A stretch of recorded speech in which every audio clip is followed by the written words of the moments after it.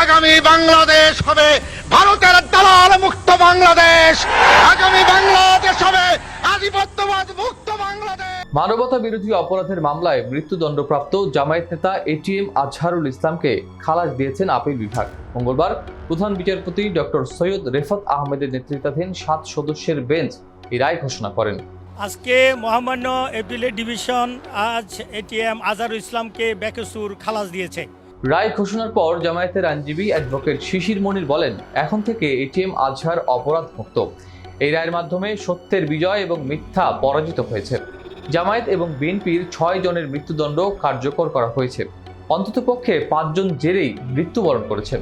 দুনিয়ার ইতিহাসে এটা নজিরবিহীন নির্যাতনের শামিল। তিনি আরো বলেন, আমরা একটা শর্ট অর্ডার চেয়েছি। আজকে বা কালকের মধ্যেই এই শর্ট অর্ডার প্রসেস করে সকল আইনি ব্যবস্থা নিয়ে এটিএম আজহারের বাইরে বের হওয়ার ব্যবস্থা করবেন আদালত।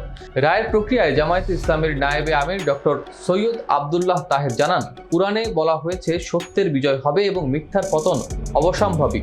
আজকেও এই রায়ের মাধ্যমে এটি প্রমাণিত হয়েছে। প্রসঙ্গত, 71-এ যুদ্ধাপরাধের অভিযোগে 2012 সালের 22শে আগস্ট মগবাজারের বাসা থেকে আজহারুল ইসলামকে গ্রেফতার করা হয়।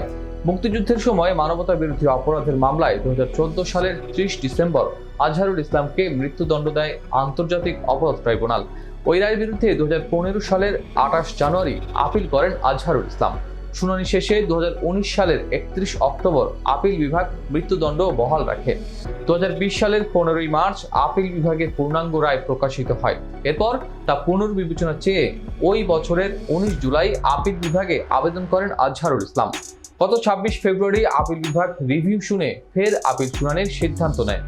এটি প্রথম মানবতা বিরোধী অপরাধের মামলা যেটি রিভিউ পর্যায়ে আসার পর ফের আপিল শুনানির অনুমতি পায়।